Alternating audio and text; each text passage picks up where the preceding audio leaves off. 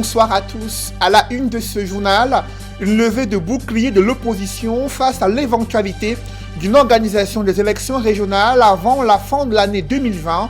Des leaders politiques exigent en priorité la résolution de la crise anglophone et une réforme consensuelle du système électoral. Ces conditions préalables seront-elles prises en compte par le gouvernement?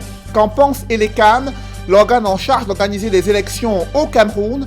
Élément de réponse au cœur de ce journal. Le Cameroun bat les records en Afrique centrale.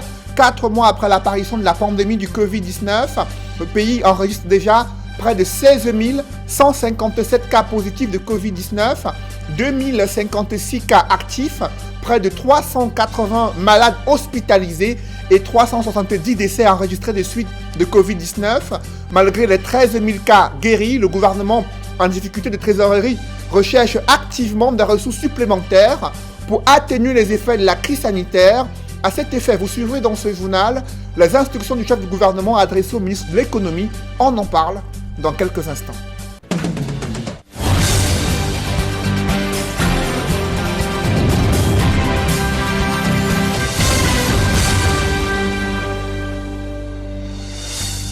Merci de suivre cette édition complète de l'information sur Equinox en télévision. D'abord, cette réalité observée dans le département du Coupé-Manengouba, dans la région du sud-ouest, alors que les autorités administratives plusieurs fois ont clamé que la situation sécuritaire est maîtrisée, les fonctionnaires et agents de l'État n'ont pas toujours regagné leur service. Le constat a été fait dans l'arrondissement de Ngouti, là où les hautes herbes ont envahi les bâtiments publics. Aucun fonctionnaire présent, du moins la majorité, n'a pas rejoint son poste malgré les multiples sommations servies par le préfet. Cette fois-ci, il menace de les suspendre du fichier solde de l'État. Malgré ces menaces, aucun d'entre eux n'a pointé son nez dans les régions, notamment celles du sud-ouest, craignant les représailles liées à l'insécurité grandissante. Des précisions avec Eric Fopossi et Cédric Chouna. Des bâtiments publics abandonnés dans la broussaille. Nous sommes en Ngouti, une localité du département du Coupé-Manengouba, dans le sud-ouest Cameroun. Ici, comme dans d'autres parties du Cameroun anglophone, les fonctionnaires ont déserté leur poste de travail suite à une guerre qui dure depuis 4 ans. Cette situation énerve le préfet. Je voudrais vous avertir, si vous continuez à vous absenter de vos lieux de travail, vos salaires seront suspendus. Au terme d'une rencontre avec les chefs services déconcentrés de l'État, le préfet Jean-Marie Tchakui instruit le sous-préfet de Ngouti de ne plus signer le moindre document administratif aux fonctionnaires déserteurs. Après cette réunion, le préfet du Coupé-Manengouba visite quelques services publics, parmi lesquels le centre médical d'arrondissement. Jean-Marie Tchakui vient faire un état des lieux en cette période de Covid-19. Je suis arrivé ici en avril 2020, tout a été volé, vandalisé, j'ai tout acheté ici avec mon propre argent. La plus grande surprise du préfet vient des services du Trésor. Le percepteur est porté disparu. Même le sous-préfet de Ngouti s'étonne de son absence. Il ne m'a jamais appelé. Au-delà des problèmes sécuritaires, l'arrondissement de Ngouti connaît un déficit d'infrastructures routières, principal point clé de son sous-développement. Je vous le disais en titre, une question taraude l'esprit de la classe politique.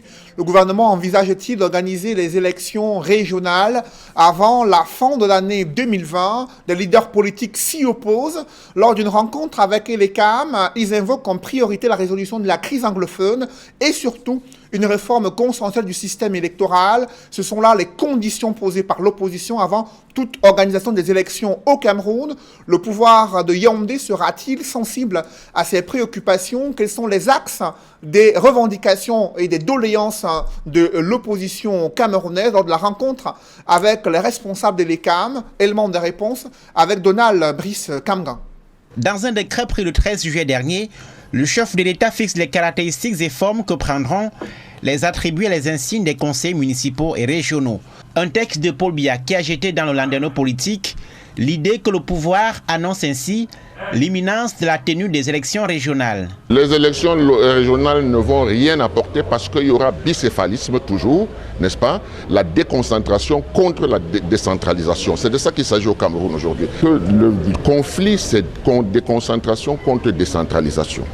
Alors pour le moment, la déconcentration l'emporte sur la décentralisation. Il faut bien que les fonctionnaires acceptent, ceux qui nous gouvernent acceptent bien que les fonctionnaires ne jouent que leur rôle et que les élus puissent impulser le développement. Tant que ce n'est pas fait, nous allons éternellement être dans ce conflit. Donc que ce soit les communes, il y a déjà des conflits, que ce soit la région demain, il y aura des conflits. Donc nous allons passer toute notre vie à gérer des conflits alors que nous disons que nous sommes un pays démocratique. Crise anglophone, mais aussi réforme demandée du code électoral. Le texte actuel pourrait nourrir, comme lors des précédentes échéances électorales, des tensions dans la classe politique. Est-ce que le système à un tour qu'on a aujourd'hui est toujours le meilleur? Il me semble que non. Nous voulons un système à 2 tours qui pourrait, n'est-ce pas, impulser une participation massive également. Changer également la mécanique qui est faite, c'est-à-dire la disproportionnalité qui existe entre les différents acteurs. Et aussi d'autres éléments, c'est-à-dire l'âge qui limiterait la participation et même les moyens techniques. Des préoccupations et d'autres portées à l'attention de Titi Mouel, le membre du conseil électoral dirigeait l'une des traditionnelles concertations avec la société civile, les partis politiques et l'administration à Douala.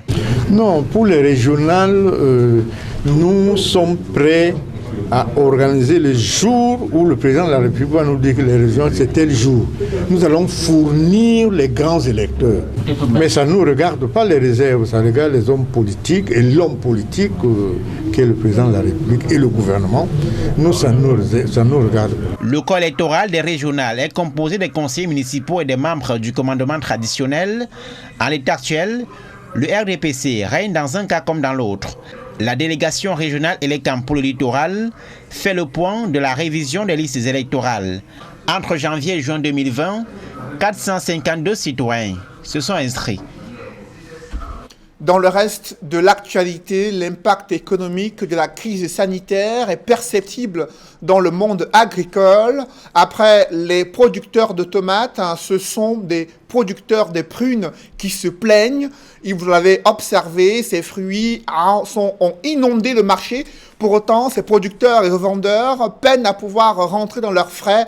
Ils expriment leur désarroi face à la fermeture des frontières et l'impact économique de la crise sanitaire. Ils s'expriment dans ce reportage. Remplis de leurs précieux fruits, très prisés pour leur saveur, démontrent clairement que la saison est abondante. Dans le Mungu, qui est l'un des bassins de production des prunes, le carrefour Mbonken à Loum est bien connu pour leur vente. Le jour à peine levé, les producteurs affluent à cet endroit avec leurs marchandises. Dès leur récolte, les prunes sont amassées dans les filets en fonction de leur qualité et de leur grosseur.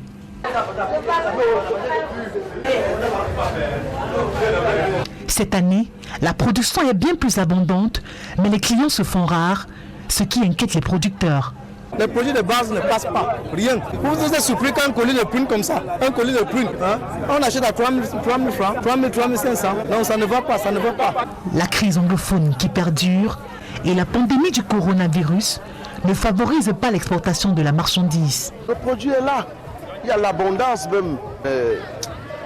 Le Léon, ça ne va pas. Les moyens financiers, il n'y en a pas. Avant, on était dans plus de 4 chargements du Gabon par semaine. Maintenant, là, pour avoir un chargement, c'est vraiment difficile. La plupart de nos clients de la ville venaient du pays, venaient beaucoup plus du Gabon, de la Guinée, en France également, à Marseille. Sans oublier le Nord Cameroun qui est paralysé. Et maintenant, quand les frontières sont fermées, là, nous ne parvenons pas à vendre, il n'y a pas de possibilité. Et Corona est venu s'ajouter. Revendeurs et chargeurs peinent eux aussi à faire du chiffre.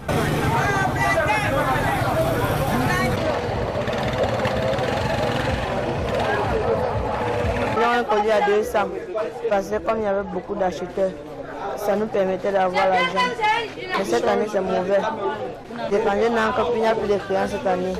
Et ça nous a fait souvent à Douala, même à Yaoundé. Ça fait même 2 jours que j'ai envoyé les colis à Yaoundé. Mon quartier a déjà fait 2 jours sur le marché. Il n'a pas fini les 13 colis que j'ai envoyés. Cette saison des prunes qui ne fait que commencer s'annonce bien difficile pour les producteurs. 4 mois après l'apparition de la pandémie du Covid-19, le Cameroun enregistre près de 16 157 cas positifs confirmés, 2056 cas actifs, 386 malades hospitalisés, dont 31 sous oxygène, selon les chiffres publiés sur le compte officiel Twitter du ministre de la Santé publique. 373 décès ont été enregistrés des suites du Covid-19. Manaouda Malaché précise que le Cameroun compte également 13 728 cas guéris. Dans les données officielles, 135 000 tests ont déjà été effectués. Au regard de l'évolution de la pandémie, le ministre de la Santé publique invite les Camerounais à rester chez eux le plus longtemps possible, sinon rien à faire à l'extérieur. Il insiste également sur le respect des mesures barrières. Cette sensibilisation du ministre de la Santé publique, limitée sur son compte Twitter, a peu d'effet sur les populations dans la région de l'Ouest. Les mesures barrières ne sont plus respectées. Le port du masque est ignoré par la majorité des Camerounais. Les cérémonies funéraires rassemblent encore plus de monde que par le passé. Et ce constat inquiétant a poussé des médecins, la société civile, à se préoccuper pour la situation des déplacés anglophones résidant dans la région de l'Ouest. Explication avec Leclerc Sakem.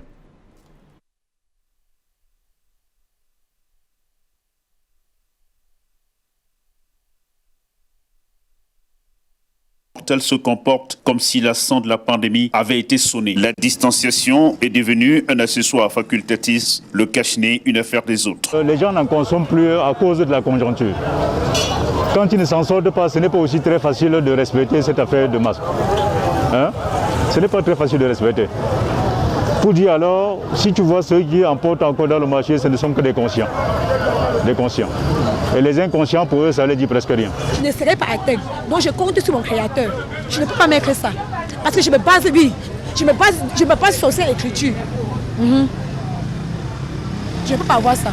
Les autorités interpellent les uns les autres sur l'impératif à préserver dans le respect des mesures barrières, comme on peut le lire dans ce communiqué du gouverneur Awafonka Augustine, datant du 10 juillet. Paradoxe, les anciennes habitudes reviennent au galop. Les cérémonies traditionnelles, autres événements de fort rassemblement s'organisent désormais visiblement sans crainte. Dans un tel contexte, la question de sens se pose. Comment vivre dans cet environnement sans être contaminé de la Covid-19? À cette préoccupation et en prenant le pouls de l'évolution de la situation sanitaire du Cameroun, les acteurs de la société civile reviennent au devant de la scène dans la ville de Tchon et organisent une rencontre pour booster la sensibilisation spécifiquement orientée vers les déplacés internes de la crise anglophone. Il s'agit d'une catégorie de personnes doublement impactées, doublement affectées déjà du fait qu'elles ne sont pas dans leur environnement original.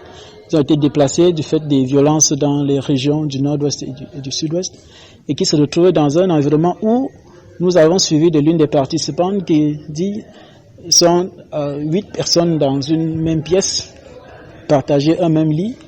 En cette période de coronavirus, chacun sort pour ses activités qui, elles-mêmes, ces activités ont été sérieusement affectées par la pandémie. Et dans cette promiscuité, il est difficile. Le respect des mesures édictées reste un véritable challenge pour les populations et éventuellement apporter notre contribution en termes de sensibilisation. Un cadre de concertation qui a permis aux participants de se pencher sur les conditions de vie de ces déplacés internes déjà bien difficiles avant même la survenue de la pandémie. Nous accompagnons les personnes déplacées internes sur le plan psycho-affectif.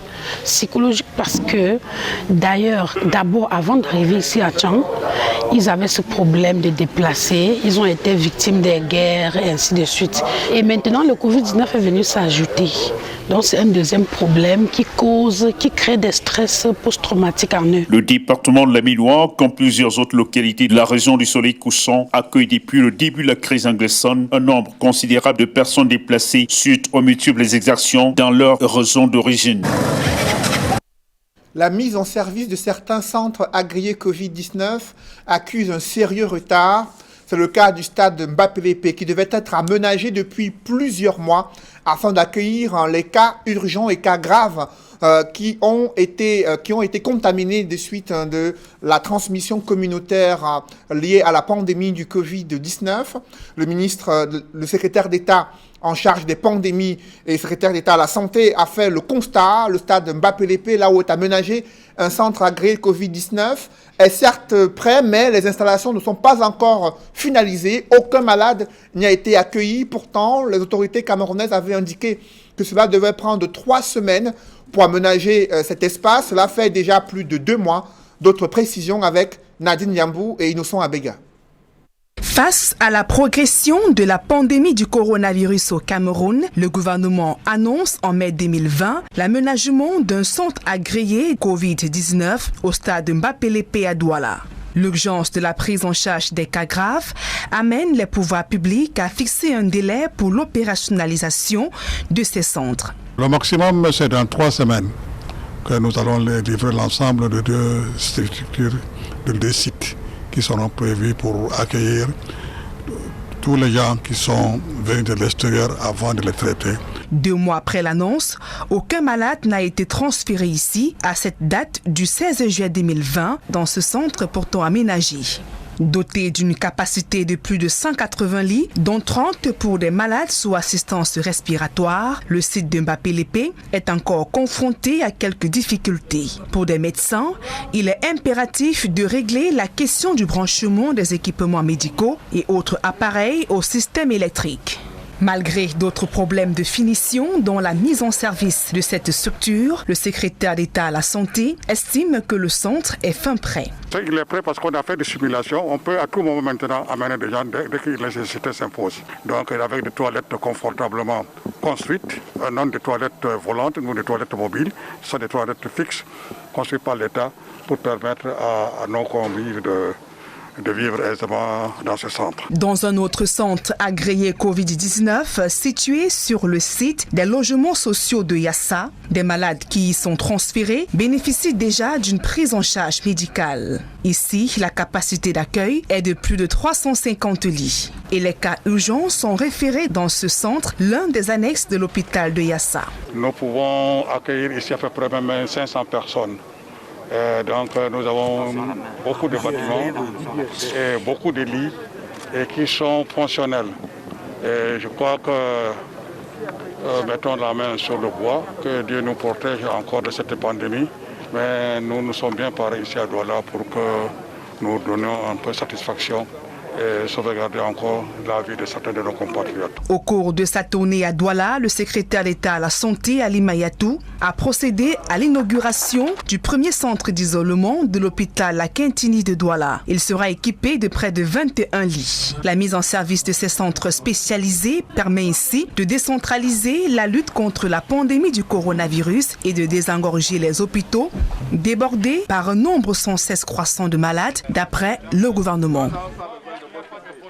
La mise en œuvre de la stratégie gouvernementale de riposte a fait l'objet d'une évaluation lors d'une réunion hebdomadaire du comité interministériel placé sous la présidence du chef du gouvernement. Dans le communiqué final, Joseph Dione Ngouté a demandé au ministre de la Santé publique de poursuivre la surveillance épidémiologique et la détection précoce des personnes atteintes de Covid-19. Le Premier ministre a également exhorté le ministre de la Communication à mettre l'accent sur le port du masque de protection pour tous et le respect des autres mesures barrières et mesures d'hygiène lors des campagnes de sensibilisation. Joseph Dione Ngouté a demandé au ministre de l'Économie de maintenir le dialogue engagé avec les partenaires multilatéraux en vue de la mobilisation des ressources supplémentaires dédiées à la lutte contre la pandémie du Covid-19. À ce propos, Alamine Ousmane Mey a mentionné que les engagements consentis par les États et organismes partenaires s'élèvent à environ 306 milliards de francs CFA. Seules des avances ont déjà été mises à la disposition du Cameroun. Le ministre de l'Économie précise que les ressources disponibles ont été affectées en priorité au renforcement des laboratoires d'analyse médicale, l'acquisition des équipements et matériels divers dédiés à la prévention et au traitement des malades atteints du Covid-19. Dans le chapitre économie de ce journal, le Cameroun sollicite l'expertise tunisienne afin d'aider les petites et moyennes entreprises et booster l'économie du Cameroun. L'ambassadeur de Tunisie au Cameroun a rencontré le ministre des PME. Au terme de ces échanges, il a annoncé la construction d'une structure visant à accompagner le secteur privé, notamment les petites et moyennes entreprises au Cameroun. D'autres précisions avec Aïk Cyril. Comme s'il s'agissait d'un appât posé sur la meçon afin d'attirer le poisson, le ministre des Petites et Moyennes Entreprises, de l'économie sociale et de l'artisanat offre à l'ambassadeur de Tunisie un objet d'art de fabrication camerounaise. Le MINMESA attend en retour que la Tunisie accompagne le Cameroun dans la réalisation de certains projets, notamment à l'école pratique d'agriculture de Benguela. Ça a également été l'opportunité pour nous de revoir certains des projets, que ce soit en termes de création d'une unité de développement d'ameublement et de transformation du bois auprès de l'école pratique d'agriculture de Benguela. Et en 2006, il faut le dire, on a jeté les bases justement de cette collaboration pour que finalement l'artisanat tunisien, qui est quand même assez avancé, puisse inspirer effectivement le développement d'entreprises artisanales, de PME artisanales camerounaises. Outre l'école pratique d'agriculture de Benguela, d'autres institutions, à l'instar du Centre international de l'artisanat de Yaoundé, pourraient également bénéficier de l'expertise tunisienne en ce qui concerne le développement de l'artisanat. Il existe également des projets de jumelage entre des villages artisanaux camerounais tels que le Centre international de l'artisanat de Yaoundé et des centres homologues en Tunisie. Donc en résumé, il n'est pas un secret de dire que le développement de la Tunisie est adossé sur son secteur des PME, donc ça a été une source d'inspiration. Selon le gouvernement, plusieurs accords entre le Cameroun et la Tunisie permettent de développer les PME et l'artisanat camerounais. Dans le domaine des PME, des missions économiques camerounaises ont été effectuées en Tunisie en 2013, 2015, 2016 et 2019. Dans le domaine de l'artisanat, des officiels des deux pays participent réciproquement aux foires de Tunis et au SIAC de Yaoundé depuis 2010.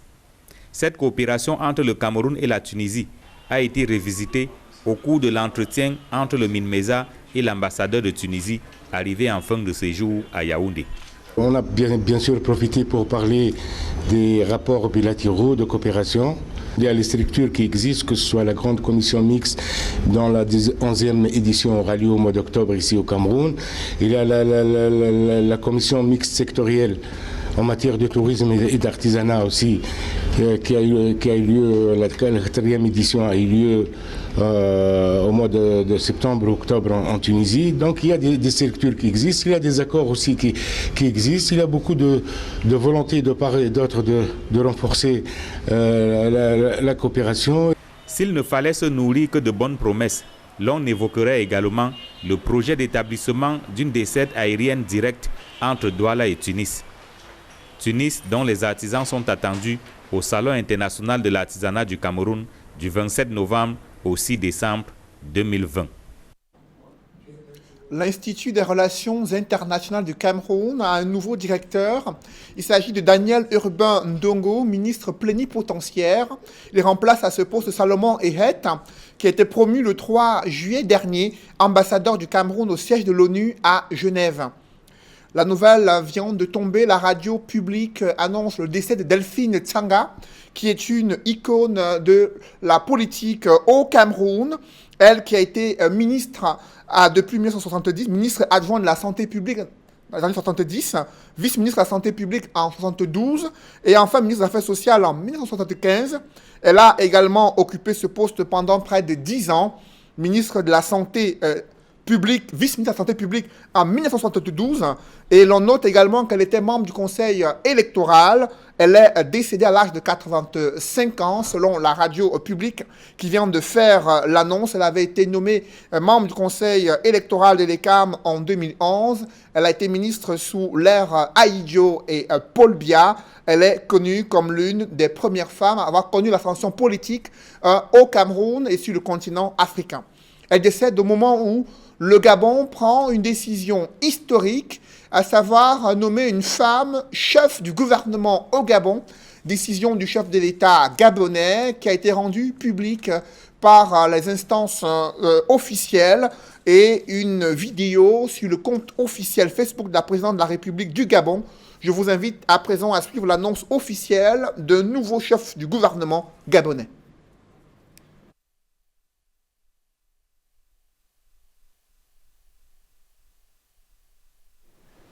Par décret du président de la République en date de ce jour, est nommé Premier ministre chef du gouvernement Madame Rose Christiane Osuka Raponda. Le président de la République a chargé le Premier ministre chef du gouvernement de former le nouveau gouvernement. Je vous remercie.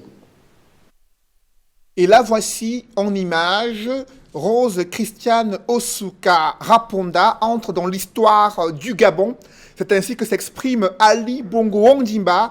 Sur sa page officielle, le président gabonais affirme que cette dame, nouveau Premier ministre gabonais, a toute sa confiance pour renforcer l'efficacité de la riposte face à la Covid-19 et pour poursuivre l'amélioration des conditions de vie au quotidien de ses concitoyens gabonais.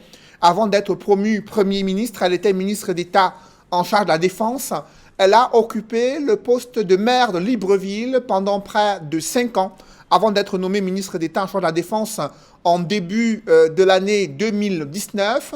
Et cette année, elle vient d'être promue Premier ministre au Gabon. Elle a reçu les félicitations et la confiance renouvelée du président de la République du Gabon, Ali Bongo Ondimba. Un public reportage dans ce journal avec le Crédit du Sahel qui se mobilise aux côtés des différents acteurs économiques afin de les accompagner dans leurs différents projets.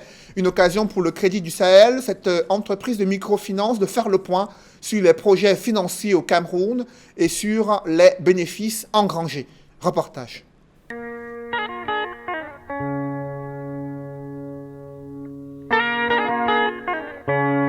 C'est un homme qui maîtrise parfaitement la maison Crédit du Sahel qui vient d'être installé au poste du directeur général. Adamou Hamman Wabi, puisqu'il s'agit de lui, était depuis 2014 directeur général adjoint, a occupé plusieurs postes de responsabilité au sein de cet établissement de microfinance. Étant déjà dans la maison depuis plus de 17 ans, nous connaissons déjà bien la maison, nous avons l'expérience du secteur. Le personnel également étant bien formé, le portefeuille clientèle étant important, nous pensons que ce défi peut être relevé. Il faut seulement travailler, se mettre au travail en faisant confiance aux jeunes. Aujourd'hui directeur général, il devra renforcer les relations avec les partenaires de l'entreprise, assainir le portefeuille crédit et développer le terminal de paiement électronique. Sa mission est de diriger de manière très opérationnelle et professionnelle cette institution bancaire pour la rentabiliser. Et nous lui demandons de manager cette institution avec toute la rigueur, avec le professionnalisme pour qu'on puisse élever le niveau, de passer d'une institution MSF vers une institution bancaire. Le directeur général sortant, Daniel Kalbassou, après 22 ans de service rendu, admis et valoir ses droits à la retraite, laisse une équipe forte et dynamique au service de sa clientèle. L'équipe actuelle a déjà l'expérience et est capable de continuer le travail pour relever les défis et avoir d'autres idées. Nous autres, on est déjà vieux, il faut qu'on se repose. Invité à cette cérémonie, le gouverneur de la région de l'extrême nord, Midiawa Bakari, qui a salué le travail abattu par le Crédit du Sahel dans la reconstruction de cette région victime des affres de la secte Boko Haram. La région a fait face aux affres de la secte Boko Haram. Le Crédit du Sahel est venu accompagner cette population qui est à vocation agricole, pastorale et commerciale. 22 ans après sa création, le Crédit du Sahel compte 18 agences sur l'ensemble du territoire, 200 employés et plus de 100 paysans encadrés. Mesdames, Messieurs, c'est la fin de ce journal. Merci de l'avoir suivi. Juste après cette édition de 20h, retrouvez Serge Alain Autou et ses invités pour le débrief du journal sur le plateau d'Equinox Soir. Serge Alain. Jean-Marie Tchakoui, préfet du Kopé Manengumba, instruit les sous-préfets de ne plus signer les documents administratifs aux fonctionnaires déserteurs. Il a constaté que plusieurs agents de l'État sont absents de leur poste, notamment dans l'arrondissement de Ngouti, situé dans le Kopé Manengumba. Vous avez observé ces images avec un percepteur absent sans avoir signalé son absence et d'autres agents de l'État qui ont déserté, redoutant cette insécurité grandissante dans la région du sud-ouest. Le préfet est allé jusqu'à menacer de la suspension de salaire pour ces agents de l'État qui ne sont pas à leur poste mais qui continuent de percevoir leur salaire. Il a intimé l'ordre à ses collaborateurs sous-préfets de veiller à la présence des agents de l'État dans leurs différents services publics. Lesquels services ont été abandonnés, ne sont pas entretenus, ils sont envahis par de hautes herbes. Voilà, vous insistez sur le percepteur. Hein. On espère que la caisse... On l'espère tous, Serge Alain. Voilà, la caisse n'a pas disparu aussi. Bonne soirée à vous, Cédric. Bonne soirée à vous, Serge Alain. Rendez-vous lundi 20h.